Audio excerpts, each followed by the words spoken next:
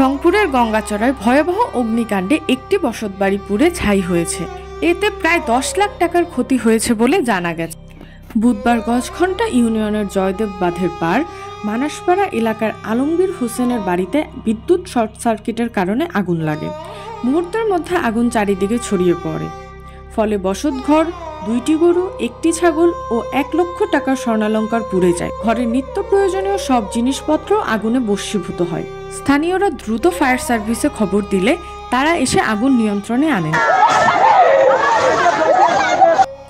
রাতেই গজঘণ্টা ইউনিয়ন জামাতে ইসলামী নেতৃবৃন্দ ক্ষতিগ্রস্ত পরিবারকে নিত্য প্রয়োজনীয় খাবার ও সামগ্রী প্রদান করেন।